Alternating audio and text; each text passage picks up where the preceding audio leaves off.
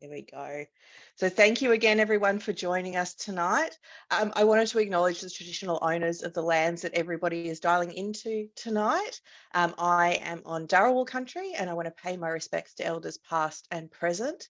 It was a lovely day today. I didn't work, so I enjoyed some sunshine looking out over the escarpment, and it was a beautiful session, beautiful afternoon. I really enjoyed my time. But I am really thrilled to be here now to welcome both Camilla Gregorio and Chris Macaluso, who are the amazing Eggpicnic duo. I first met this gorgeous pair of humans in Sydney about 7 years ago, I think, but they've since made the move to Canberra, where they're now based. Camilla and Chris exhibit and produce a lot of fine art prints, and they also have a huge amount of public art that they have been developing that can be viewed across the country.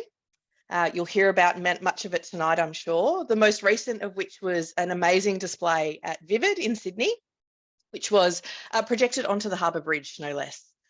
Their work is also actively supporting a host of different conservation projects for a whole range of different organisations. They use their incredible skills to showcase the natural world through their art, and they use it to inspire and educate people, pushing for people to protect our amazing environment. So I can't wait to hear more about what they do. Thank you both for joining us tonight, and I'll hand over to you.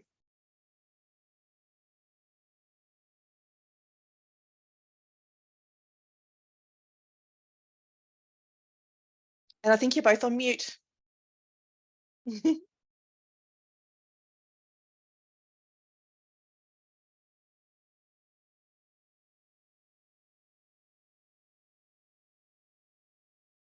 I know what I need to do. That's my fault. I need to make you a co-host. There we go. Apologies, guys. That's my fault. There we go. All right, Awesome. amazing. Sorry. Perfect. First of all, thank you for the introduction and for having us here tonight. We're super excited to tell you guys about the work that we do and why we do it. So my name's Chris, this is Camilla, and we are Eggpicnic, and we're a design studio devoted to wildlife conservation. Our backgrounds are, I'm a graphic designer, Chris is a product designer.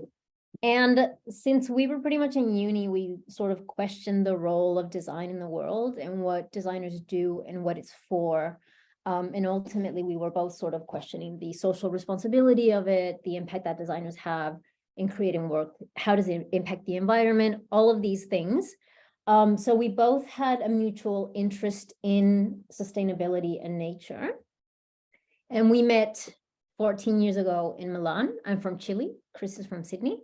And that's kind of an important part of our story because we met in Milan, then we moved to Chile for a few years. We did some work learning from people who were artisans working with the land. And then we moved to Sydney 10 years ago because Chris's visa got, your permanent residency didn't go through. Yeah. So we had to move, right? And we moved to Sydney. And upon arrival, I was sitting on the balcony of the apartment that we were living in, and Chris wasn't home. And I'm just sitting there, and then in the distance, I see sort of this big flying white animal. And I'm like, what is this? Like, is this a baby dragon? And this giant sulfur-crested cockatoo lands on the balcony. And for somebody who didn't grow up in Australia, that this is such a mind-blowing interaction. So the first thing I do is I call Chris and I tell him, you have no idea what just happened. And Chris was like, what? Tell me. A sulfur-crested cockatoo landed on the balcony. And because Chris is from Sydney, there was just absolute silence on the other side of the phone. Like, what's the rest of the story? And I told Chris, that's the story. Like, how amazing is this? And he's like, yeah, we grew up with it. But for somebody coming from the outside, it was just amazing to learn that the interaction that Australians have with their bird life is very unique and actually occurs in very few places on Earth. So the interest began in drawing them. I started getting really interested in drawing them as they were coming to the balcony. And the more I sort of got to learn their names and the species, we started doing research as well about, learning about them. And you kind of start learning about the state of the environment. And coming from Chile to Australia, you kind of expect, I was expecting this like, oh, let's learn from the first world, everything must be doing really well, or I can't wait to see how they do things there. So seeing that it wasn't the way I thought it was, and that there was a huge decline in species, the environment needed so much more protection. We just kept educating ourselves. And then one night, as I was drawing birds, graphic designer, I was looking for work then. So in the meantime, that's what I was doing. And we had a friend from Chile message me and say, I have a friend in Sydney, his computer isn't working. Can Chris fix it? Can he come and see you? Chris is really good at tech stuff. We'll get into that later. But we said, yeah, sure. And then one night, this friend arrives at our apartment on his bike. It was raining. It was like on a winter's night. And he walks into the apartment and he sees all these bird drawings. And he goes, what do you do? And I just said, I draw birds.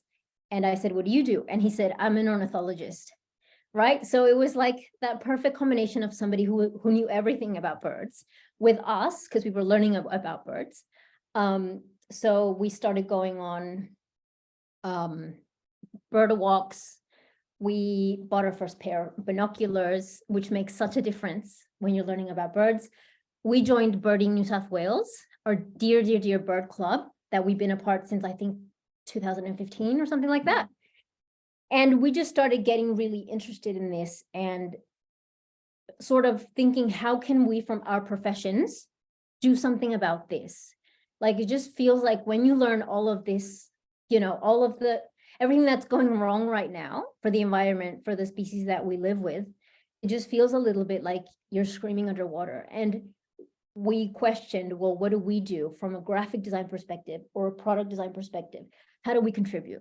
Because it was something that we just couldn't look away, and I couldn't just get another job and carry on and maybe do something else. It was like, this was the mission, and this is what somehow we're going to make it work. So we started doing prints at the start. So now we work across a lot of different mediums, but prints was our starting point. Are we sharing that? No, I shouldn't. Yeah. So we've got an example of, this is a short video about some of the examples of work that we've done. So we work across illustrations, fine art prints, sculptures, and a lot more public art now recently as well, all about, as designers, how can we communicate and how can we get people engaged and involved, and how can we, encapsulate this idea of the natural world that we love and that we need to protect, and drawing people in through the animations, through the prints, through the species, so that we can educate ourselves and learn more about these species as well. So we team up a lot with other non-for-profits as well. So we have teamed up with BirdLife Australia for quite a few years now. We also team up with other specific bird organizations, but also animal organizations. And we donate a percentage of our profits to their research programs to actively conserve those species at the same time. So for example, with BirdLife Australia, for a long time, we've been supporting the hooded plover program. So if you buy, for example, the hooded plover print, then 25% of the profits goes to that program. So we do a lot of these sort of partnerships where we, people come, they look at the illustrations, we draw them in through the illustration, but then they have a conservation action of that as well. Yeah. And we do think that it's really important to bring a lot of professions together in order to, talk about conservation and do things about conservation. Like, it's about communication, it's about action, it's about so many things, that there's room for so many fields to work at the same time. So we started at the beginning, we started with prints because it was the medium that was most accessible to us, living in a little apartment, having just arrived. What do we do? Like, we need to get this creativity out and these messages. So we started with prints. And then we did that for a few years. And then one day in 2017, we applied for, we sort of had never thought about doing public art until this popped up. And of course, when we saw it, it was like, this is the perfect way of getting the birds out into the world at a large scale and creating much more of an impact and getting to, bigger crowds to be able to educate them, to engage them. So in 2017, we applied for the City Creative Hoardings of the City of Sydney. And we got selected as one of the 10 artists that were going to be featured across construction sites throughout the city. And at that time, there were lots of construction sites. So we got a flock of birds of Australia, sort of all over mainly the CBD. Some sort of made it into the, it was lots of different areas of Sydney. Yeah. And that kind of sparked people's interest in our work, especially from the scientific community, because they were seeing that people were engaging with our work, that people were responding to the work, that people loved the work, loved to see it. And we had a lot of ecologists at the same time come to us and say, the typical way that we message things in conservation, which is like very doom and gloom, or, you know, I guess the negative facts about it, people tend to shut down from that. And people tend to, you know, just, especially now in, you know, this new era that we live in, that it's like we get so many messages and information in our feeds all day, that people tend to shut out the doom and gloom things. So our work came from, I guess, the perspective of joy and creating something that people wanted to be a part of, that people wanted to see, and that people wanted to learn more about. And that's through capturing the personalities of the birds and their main features, and playing, and it's not even like, people sometimes say, oh, your work is so beautiful. And I just say, that's how I see the animals in the wild. Like, that's exactly what that bird looks like. I'm just sort of simplifying the shapes and creating a character that people can relate to. But that's like, nature is amazing. It's not the drawings, it's nature. And I guess what ties the whole work together as well is the little eye. So do you want to go back? Okay, yeah. So the little eye kind of happened by accident, but it was just really, really efficient. I was drawing, so this is the encounter with the sulfur-crested cockatoo, and I was drawing him, and I drew the beak, the crest, the body. You know, it's all sort of like loose and organic, but simplified at the same time. And I didn't have the eye on yet. And I didn't want to ruin the drawing because I thought it was really nice. But then, because I can't draw realistically, I was like, okay, what do I do? What do I do? And I sort of like, just like, you know, put the pencil down, and then there was a dot. And it kind of really worked. And we were like, hold on, you know, there's something here. We've created a character with the personality, with, you know, so that makes it easier for people to relate to, or to just feel connected with. And for us as well, it was really important to start illustrating the species that people are very familiar with, because when you're trying to talk about conservation, like, we don't just go straight into, and these are the species that there's 3 left and you've never seen and you have no connection to. Like, we always make sure that we introduce people. So that's why sometimes on the hoardings or on murals, you'll see like a mix of the iconic local species mixed in with maybe the species that we want people introduced to. But you always have to just open a door, one way that people can connect to this installation or to this mural, with species they can name, with species that maybe they see in their backyards. And then we invite them to sort of open this door a bit wider into a greater range of species and animals in Australia. Yeah, so we work a lot with different scientists as well whenever we develop our work. So everything is informed through the work of scientists and work of ecologists who help us to develop what types of species. You know, they come to us and say, you know, we need to talk more about this species, or this species is really important. So we always try to engage with scientists and trying to create works, especially through exhibitions or through new works, which are mixed in with these species which people know about and can recognize. But then we mix in these other species which people get to engage with, get to learn about, like, oh, what is this? And then they start to learn it, and we get that educational aspect that comes with that as well.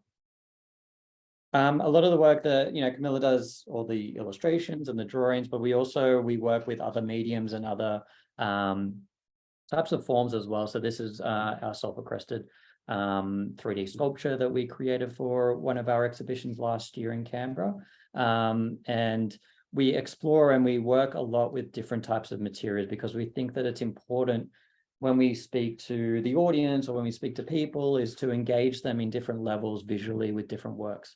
And coming from a product design background, I love working with 3D. I love making works. So this is sort of that transition from the 2D into the 3D that we explore as well throughout the work that we create. So yeah, as Chris was saying, like, science informs everything that we do. We make sure as well that all the drawings are accurate. So you'll never find a bird on a plant where, you know, they were geographically never find each other, or they're found on the plants that they feed on, that they depend on. So there's always an accurate relationship in the drawings.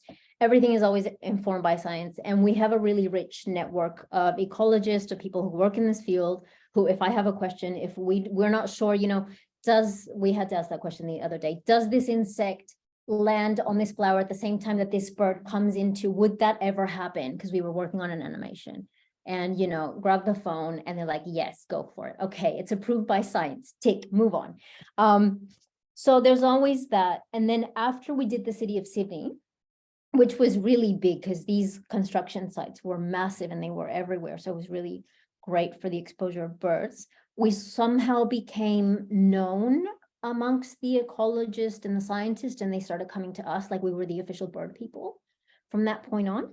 So it was really nice because when we had our studio in Sydney, we would just have them come in, like speaking to ecologists. How do we work together? What programs can we help you guys, sort of lift how we, from a communication engagement perspective, can help what you guys are doing, because you guys have the facts, you guys have the information, you guys do the work on the ground, you know exactly what's happening, you know exactly what we need to do to make things better. So if we can help, then translate that to the public and get people, raise public support for ecosystem and for species, then we're all about that. So that's a really important part of our work.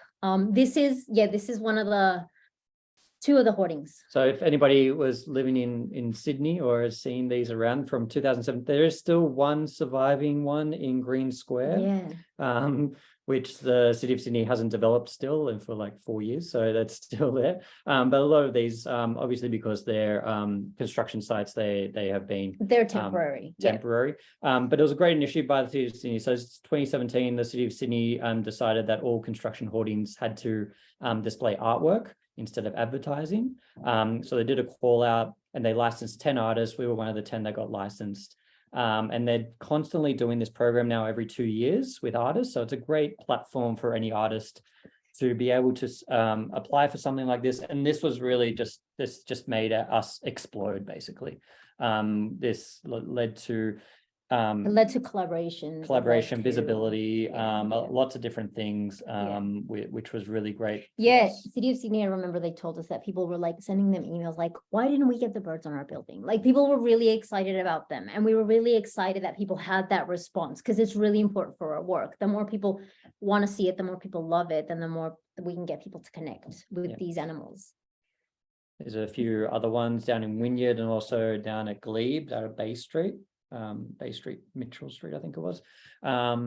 So yeah, it was a great opportunity for us to explore that. And it was one of our first public art pieces that really allowed us to see the power of public art in terms of engagement, education, and conservation as well.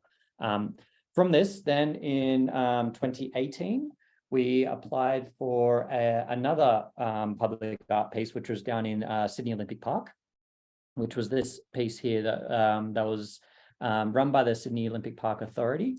And this piece, we really wanted to highlight the migratory shorebirds that arrived in Sydney Olympic Park, as a location, sort of site-specific space. So this was a railway tunnel that they just newly constructed.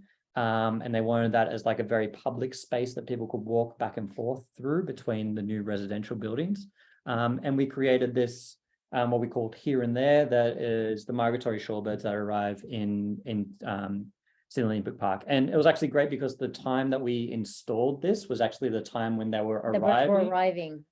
So that was a really amazing coincidence of when they matched there. And this was actually only supposed to be up for 6 months, and it's still up, which is great. And they, people take photos with us, share it with us. People get excited. People try and guess the birds without reading the sign. This has become a really a great public art piece that we've created as well. In 2019, we applied for a competition with the Sydney Opera House, and we actually won the Uncovered program for the Sydney Opera House. So this was actually to recognize us in the art category of artistic excellence. And this was a sort of a huge spot for us to be able to show again to a new audience about our work and how we can educate people and communicate these ideas of conservation as well. So with that, the Sydney Opera House started sharing our work with new audiences, and also started new collaborations with other scientists. And for us, I think that was a really important thing, because it meant that in such an iconic man-made building, we were finally able to get in the iconic species that live around us. So give the birds the platform, invite them in, and which was great, because in that case, you got all the tourists at the Opera House learning about the names of the birds. And so it was another opportunity to kind of like continue to expand species across Australia. And then is the next one.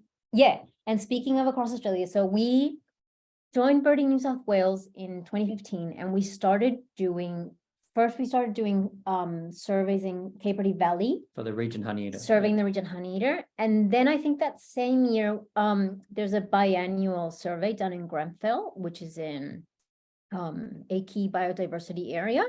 It's about from Sydney. It's just past Cowra, so it's Yeah, about 5 hours inland. Yeah. And we've been birding there twice a year for years now. And do you want to tell the story of how Phil? Yeah. Yeah.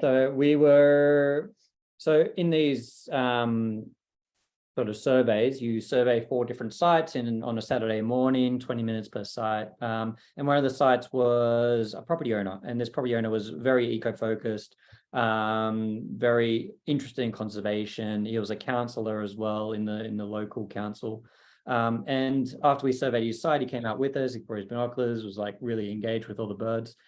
And then we sat down and he gave us, tea and coffee and things like that. And we started talking like, oh, what do you guys do? And we're like, oh, we do this. And we started showing images of the city of Sydney and the hoardings. We do bird art, we talk about conservation, we donate to not-for-profits. It's like, oh, that's incredible. We need to bring that here to this town. This town it's a town called Carragable, and Carragable has, a few hundred people. It's not a huge town. 200, I think. Yeah, but they're very eco-focused as well. And they really want to bring people to that town, and they're very, very powerful community as well. And their town runs along the Mid-Western Highway, so it's a key spot as well in terms of people traveling back and forth through there. And they said, why don't we do something here? And so what happened was Phil tied us up with somebody called Melanie Cooper, who was running the Wet and Land Care group. And they got interested. They were like, oh, how do we do this? So we started looking for sites. We started looking at funding sites. Yeah. How much is it going to cost? Okay, where can we do it? Getting, rights from property owners and things like that. So they found this shed. So this shed sits on the Mid-Western Highway next to a train line. And it was a perfect spot because a lot of cars would drive past it and drive through there. And then on the opposite side of this building is a primary school. So what they did was they teamed up with the primary school. The primary school had about 20, 30 kids in the whole primary school from kinder to year 6. And they got the older kids to do a research project about a specific bird. So they were each given a specific bird that lives locally within that area. And they said, your bird is this one, research this bird, and then you need to pitch this bird. So they're going to pitch and tell the whole class about the birds, and then the whole class is going to vote. And then whoever gets the most votes is going to appear on this shed, on this construction, on this hoarding. On the mural, yeah. So the kids were doing, they saw kids that were never engaged in school, during their lunchtime, sitting down, researching the birds. They all got really excited about their birds. They asked for binoculars to go out and search for the birds. So it created a sense of stewardship that was really important for us. And then we had never seen, because we'd never done a project like actively with having a community involved. So it was really amazing to see. Yeah, so we saw the presentation, we got the list of the birds, we developed this design. They voted. The community built the structure, so they did everything. Melanie was helping to lay the concrete and put up the posts. So the whole community came together with all of their skills to build this structure, because the shed was not structurally sound. They had to build a structure around it. And it became the landmark of the area, basically. So it's been a really great collaboration tool. And then based on this project, they decided to expand this sort of nature program, and they started teaching kids about insects and about, I think bats was included, and how to care for these animals. So from this one idea, that one conversation, all of this came from it. And the kids are just so proud because they can see it from the playground in the school. and they're just really like, they feel like it belongs to them, like in a good way. Like the kids come out and say, that's my bird, and you know, that's my bird, that's my bird. And it's created this really special connection, you know, not just with the kids, but it's a meaningful for the town, and they're really proud of it, and they bring people to it, and they tell the species, this one's in danger, this one's this one's that. So it's an opportunity for them as well to show, you know, what amazing birds live in the town and what we can do to protect them. So that this is one of our favorite projects. We really love this one. And then last year we did an extension on the other side of the shed. Yeah, the extension was with the glossy black cockatoo, the regent honeyeater, and the swift parrot. Yeah. So other public art projects that we worked on, this one was in collaboration with the Inner West Council. So Inner West Council has a program called Perfect Match, where homeowners who have, you know, street facing walls can offer them up for artists. So we created this, which is the birds of Lewisham.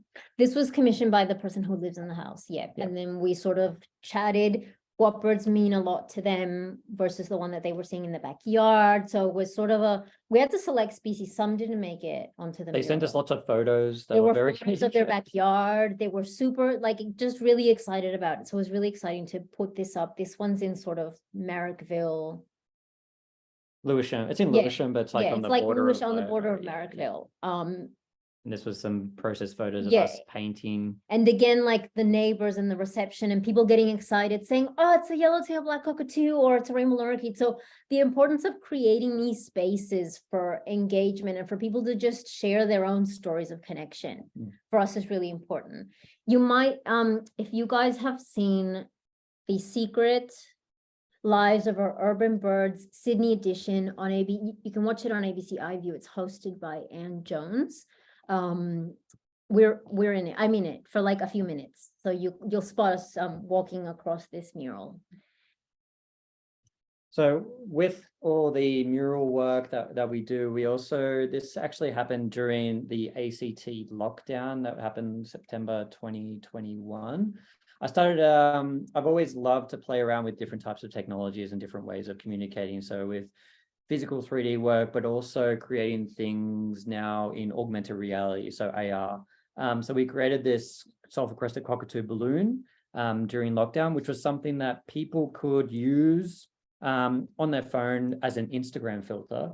So they could have this giant balloon within their house, wherever they are, if they go for their walk outside, anywhere. And we started getting lots of people from around the world, just sharing us. Europe, just like really, really diverse like places. Somebody in the Netherlands, like sending us a video of a sulfur-crested balloon in the Netherlands somewhere. So it's we love experimenting and play around with different types of methods that allow us to engage more with the audience and with people. And with this particular one, I'm not involved in the 3D. I only do the 2D. If like Chris does all the animation, 3D sculptures, everything that you have to think in 3 dimensions, it's Chris, because I can only think in 2. That's why all the birds are profile or flying sideways, or everything is done sideways. I can't do perspectives. So when we were designing this together, the whole goal was to recreate the feeling of when I saw the cockatoo land on the balcony, sort of that moment of, this is amazing. This is absolutely amazing. So this is why it was this giant hot air balloon that was flying, and it was tied into the hot air balloon that they do in Canberra. So that's the connection with the story of where we live now.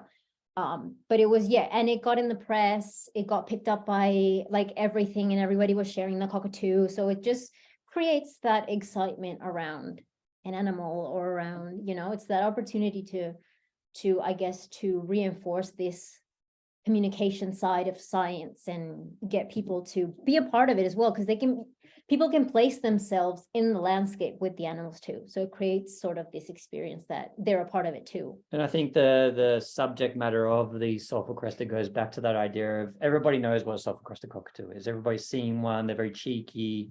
Most people, obviously along the east coast of Australia, know about the sulfur-crested cockatoo. So that being that subject matter as well, I think relates with a lot of people as well at the same time. So based off this idea of AR, and I started playing with this and we started working with this, we then teamed up with Remember the Wild, who are an organization in Melbourne who basically are storytellers for connection with animals within that area. And we teamed together and we went for a City of Melbourne city activation grant. So what we did was we created a augmented reality nature trail throughout the City of Melbourne. So we created 4 different locations.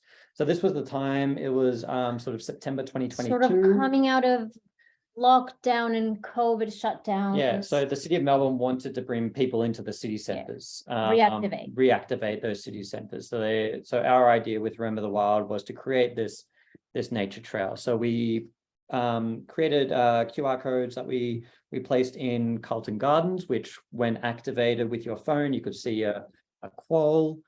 We put a suburb fairground at Monument Park in Melbourne.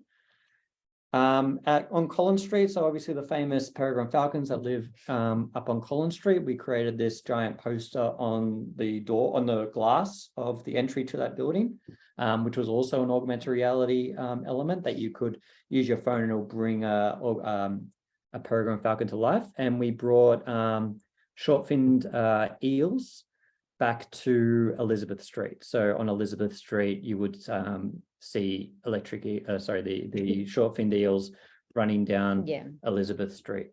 And these were all animated as well. This is when, like, I feel like you were sort of getting into movement of things, because starting from where I come from, it's very sort of static 2D, very striking, but they're not, like, the images are never in movement. And then I feel like with the AR, then you took it to, all right, let's bring them to life. Let's move them. Starting to bring movement into those. So all of these 4, they would move, like the eels. If you were looking through your phone through Elizabeth Street, the eels would swim across the street. The peregrine falcon kind of like had its head. Move her head. She was looking at you. The quoll as well. Yeah.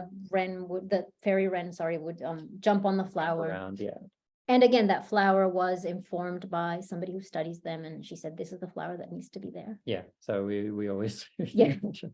And then back in 2020, we working with scientists, we applied for a co-funded grant with Western Sydney University, research grant with Western Sydney University, and more specifically with Dr. Kate Cumbers. So she emailed us, I think just pre-COVID. And she said, "Hi, I'm Dr. Kate. I work at the Western Sydney University. I've been studying the alpine ecosystem for over a decade. And I see that you have, I think it was the alpine spiny crayfish in your collection." And she was like, "Why is that? That's very odd. Like, nobody does that. Like, how did you get to those species that really nobody, we should be paying attention to, but nobody talks about?" So she said, "All right, there's something really interesting about your work. People are responding to it. I want to measure it. I want to scientifically quantify and study what it is about the work that's working, and how is it that it works?" So this is Canberra Airport. So the first part of that study was an online survey. So through our online shop, if you bought something, you could get a discount if you did this survey. So we got all of those responses. We got over a lot of responses, I think, from that. Lots. And then the second part of that was to look at a physical public art piece. And we've been looking around for quite a while, trying to get a wall for this public art piece with the university.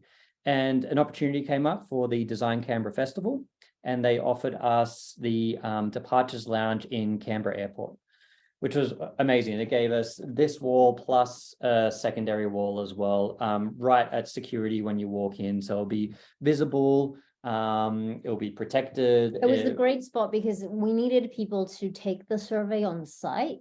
So if this would have been a really busy street with people just walking past, like, it's really hard to get their input. But because this is where people wait for their flights, then people were kind of like, walking around. So it was sort of the perfect area to capture people's responses and to get them to take the survey. Yeah. And the survey went through everything from what species that you see here can you recognize? How many can you name? If you can name them, do you know what threats are affecting them? What do you know about climate change? So it was all these questions that gave us a lot of information of how much people knew about what species so that just ended, I think, less than a month ago. So we're about to get into the data and measuring and crunching into numbers of what happened with all of that. But for us, it's really important to be able to understand the impact that the work is having, if it is changing people's behavior and their responses to animals, if it is contributing to, if it is aiding conservation.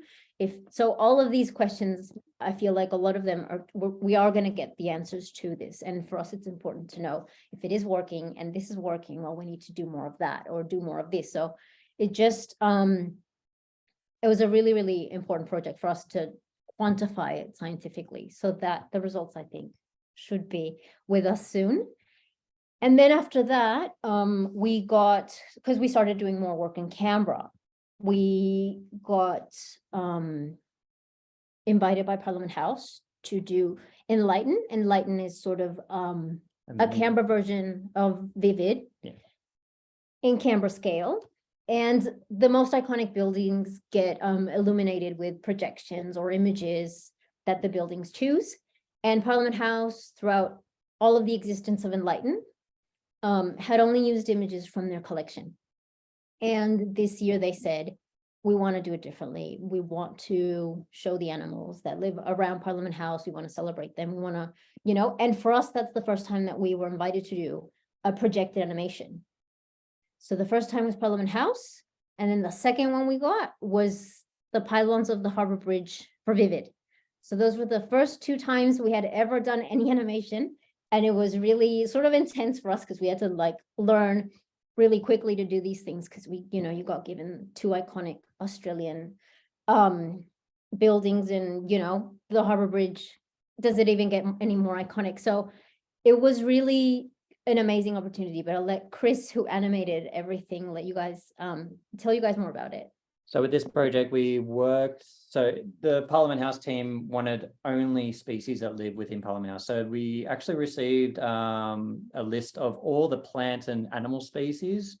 So they keep a lot of records of all of this. And we talked with an ecologist based in Canberra as well. So Dr. Michael Mulvaney in Canberra, and we asked him about the gum species. So the gums that you see on here are called brittle gums. And why we chose brittle gums as well was because they change color throughout the seasons. So the whole animation goes through the seasons, the 4 seasons, and the gums change color. And the animal and the bird species that you see fly through there are the species that you would see. Or you would see more of during those times. During those specific times. So autumn, winter, etc. This was also the first time that we got to work with soundscape. So Dr. Ann Jones, you may have, again, big host of a few ABC shows, and music producer Corey Haig, they created the piece for this. So we had never created something so immersive that had sound, accurate bird calls. We had the accurate color of the trees according to season. We had all the birds, and then, getting the birds to fly as well was really important. Because we were meant to give this to a company who was going to do it for us. But in our experience, we said, we know how a crimson rosella flies. I know how a magpie flies. I know how the spotted pardalote flies, because we've seen them, because we bird watch. So for us, it was really important to do it ourselves, to get the wing beats right and the rhythms and, everything, bring it all together. So that was the Parliament House one. And then leading on from that, we actually, in the same week, we got asked to do Parliament House. We actually got notified that we were successful with Vivid as well. So in that 1 week, we were 2 projection works in one go. So this was some stills, and we'll play a video after this, which shows bits and pieces of the Vivid projection. It was an 8-minute animation that ran through the different ecosystems in Australia. So it basically ran through from dawn to night, starting in the deserts, going up north and going down the east coast, going through the alpine ecosystem, and then ending up in Centennial Parkland in Sydney with the flying foxes. So these were some of the screenshots from that, but I'll let the video play as well. It's the same video from the start, but it does show a lot of the different processes. So a lot of our work, I think, is all about this connection between science, art, and conservation. And how do we get people to love Like it's really important, that first step of people to care and to get excited and to love. We feel like we, at least our work helps to create that bridge in order to, again, as I was saying before, to open the door to more things, more species, or more ways that people can contribute and help to specific causes, or, you know, all these things that are happening in the environment. With the vivid pylons as well, the tricky thing is that it's an 8-minute animation and it goes through all these scenes and all these birds and animals and insects cross over. And again, we make sure that every time there's a scene, there's an animal, and then there's scene 2, and scene 2 comes in real life, those two animals will coexist. And then we had to tie all of them together to make the whole loop, to represent all the ecosystem. So again, like we actually had a meeting with CSIRO for the moths. Yeah, and they shared videos and photos of the moths up in the alpine regions, and this is actually how they tile up in the caves, up in the, and when they break formation, they actually do a waterfall like that. So everything we do is informed by scientists, ecologists, species that come together, live together. You know, like we're talking about with the little birds, the plant species is also really important as well. For Vivid as well, we worked with Dr. Anne Jones and Corey Haig as well for the soundscape. So they're becoming sort of our go-to sort of sound professionals. They're great. Because Anne Jones has such an amazing repertoire of sounds, like when, you know, she used to do Off Track, and now, so she has so many bird calls, so that she just knows what it needs to sound like, and it just works. It's just accurate, and we both know it has to be super accurate. So we're just a good team with them. Yeah.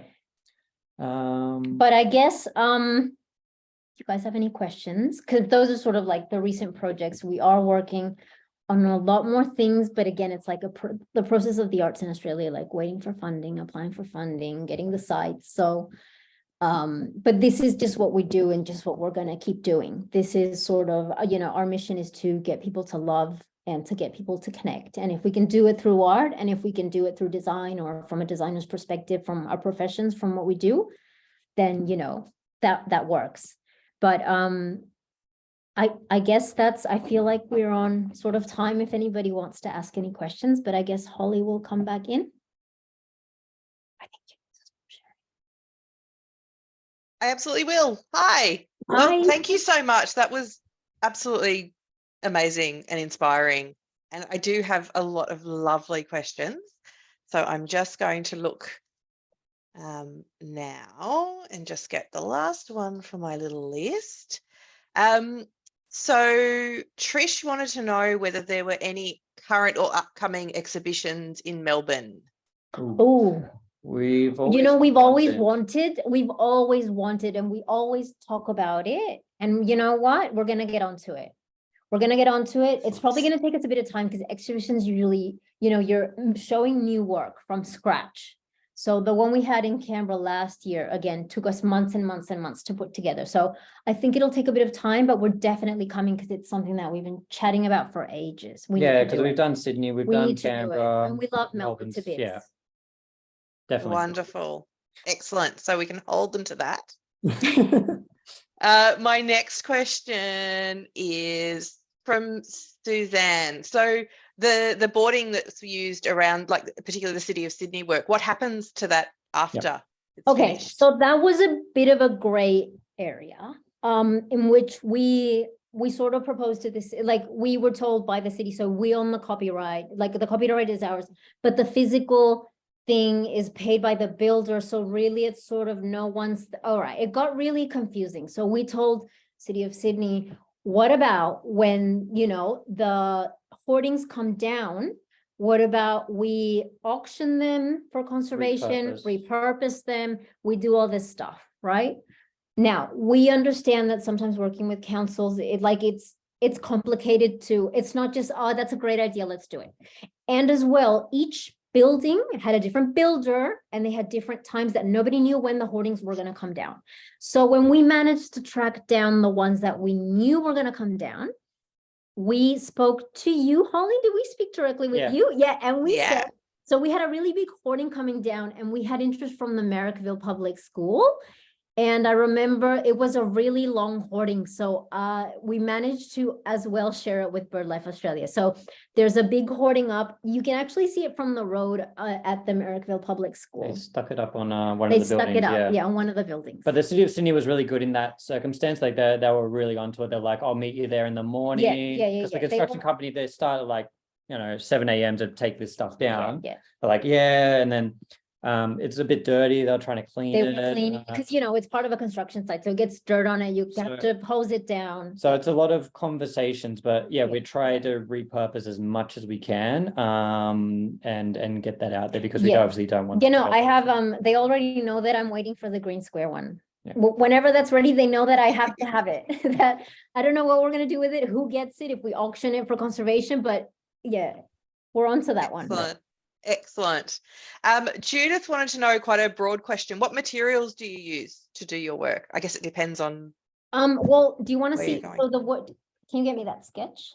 So all the drawings start from, so I'm not a tablet type of person. I'm just like, this is what all the Eggpicnic drawings are made with. And they all start with just sketches, just really simple sketches to understand forms. And I take notes. And then after that, felt tip pen that gets then scanned into the computer, put into Illustrator, where we put all the blocks of colors in, and then we have fine art printers where we produce all the printer cells. So doing it in Illustrator as well is like vector, so it means we can scale it up and scale it down for public art, so we don't get pixelation. But again, when redrawing, I make sure that all the lines have the the bumps or the little things, keeping them as organic as they are on paper. And then we also work with ceramicists, we collaborate, sculptures, we do printed, painted, lots of different mediums. Excellent. So Connie said, great work. There's been lots of lovely comments that you'll need to go through in the chat. Thank you. Interesting question. Is there a reason that all the painted birds that she had seen are facing or flying to the left? Yeah, there is. So for some reason, my hand naturally draws beaks to the left, but I draw mammal snouts to the right. It's just what my hand does. Like, it doesn't have a meaning. It doesn't, because everybody's like, oh, are they looking at the past and thinking of the future? And I'm like, I just can't draw beaks the other way. And then some people ask, like, can you flip it for the print? And when we flip it, it looks weird. It looks weird. Like, we accepted, like, some people want to print with like one print with two birds like facing each other. And when we flip it, we're like, this looks so odd looking the other way. Like, it works for people because they're not used to seeing it, always leaning to the left. But that's the real reason. I love it. That's amazing. So Helen asked whether you both knew or how predicted how much your art has become such a talking point, and how interesting it is that Camilla, coming from another country, how your love of birds has Australian birds and mammals and insects has really grown, and so she just acknowledged that as something that's really wonderful. Well, never. If you would have told me like 10 years ago when I was still in Chile, like, do you know your work's going to be like on the Harbour Bridge and like you're going to be like a bird, like know a lot about Australian birds and live in Australia? I'm like, no. Like, I always knew that my design stance was I'm going to do something that matters for me and I want to have a positive impact on society or nature. And I was always like the biggest nature fan and everything, but never in a million years did we think we would get to this point. Not because we don't believe in the work, but because, you just take it day by day. And we just don't, envision these big things. We just go with the flow, whatever's working. It's just built over, like, we've been doing this for a long time, and it just builds and builds and builds, and and we love it, and it's people love it, and it's just it's what we do. What we do. Wonderful. There's still questions rolling in. This is amazing. Go for it. So Suzanne again has asked, the moth on the vivid pylons, were they bogons? They were, weren't they? Yes. Correct. Excellent. Helen asked us where to see the 8-minute video, but somebody has popped that in the there is chat. a YouTube. We've got a YouTube. Yeah. And there's also, Excellent. if you guys go to the Instagram account, it's our last reel is the video on the pylon as well. It's a different Wonderful. one from YouTube. Excellent. And make sure to have sound on because it has the music. The music's on there, yeah. Wonderful, wonderful. We should share that link when we email out the recording to everybody. Rachel said, great presentation. Thank you. Do you have any advice for artists who are keen to support or engage with conservation initiatives through their artwork? Yeah, I think the most important thing is forming partnerships with the not-for-profits. I think that's the first step.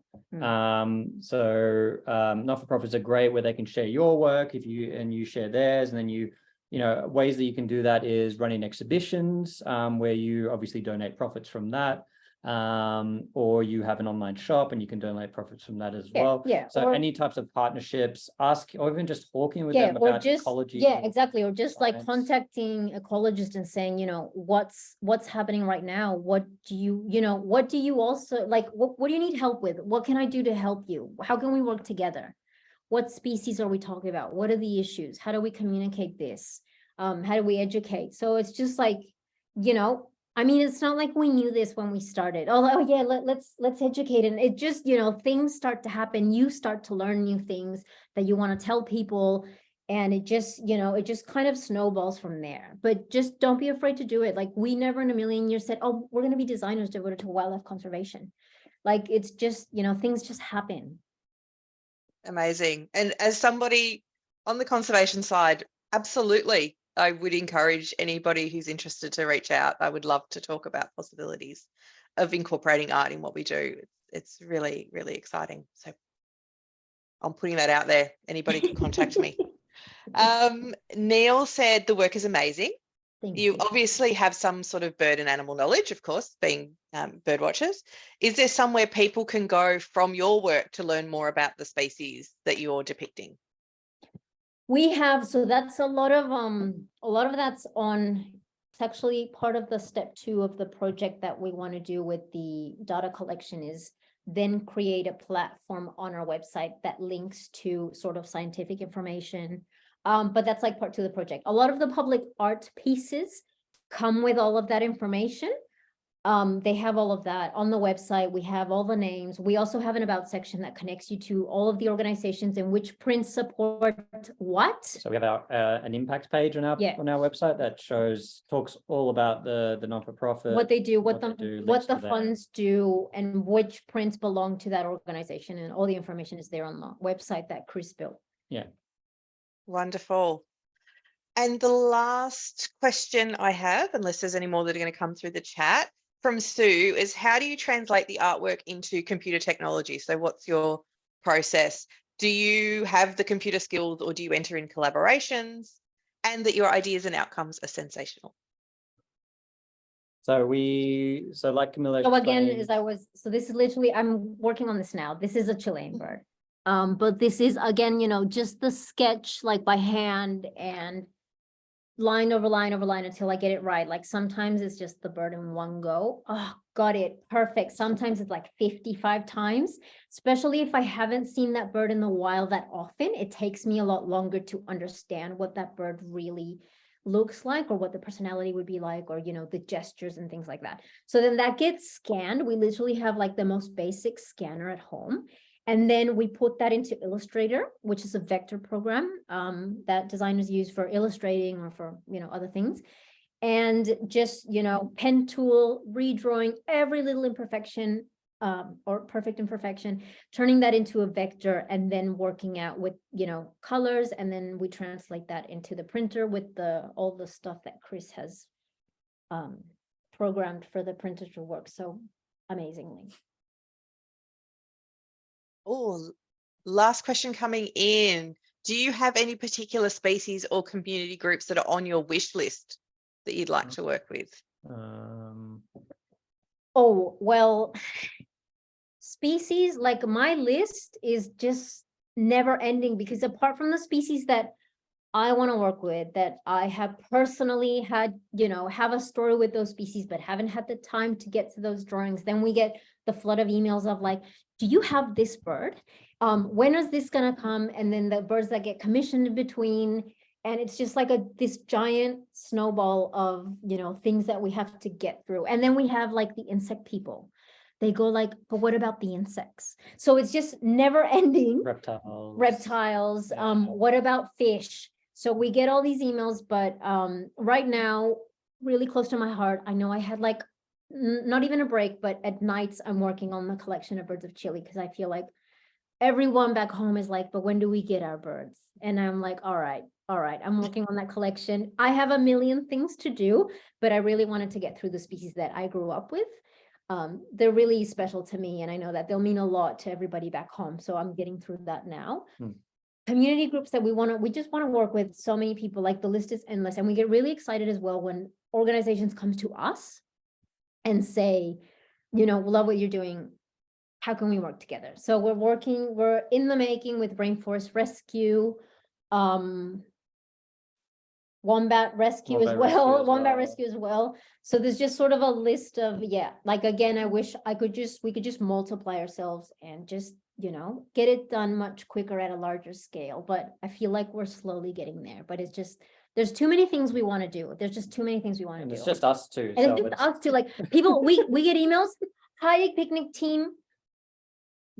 Like there's no one else. Like, I don't know, my mom supporting me on chat. Like it's just us running the shop. The shop like keeps us, the shop is the best thing, like people support. But also we have to write the grants, do the public art, go do the installations, go paint the mural. So yeah, I wish we could operate at a bigger scale, but I feel like we're slowly getting there, definitely. Wonderful. Well, Lincoln is waiting for the slime mold series.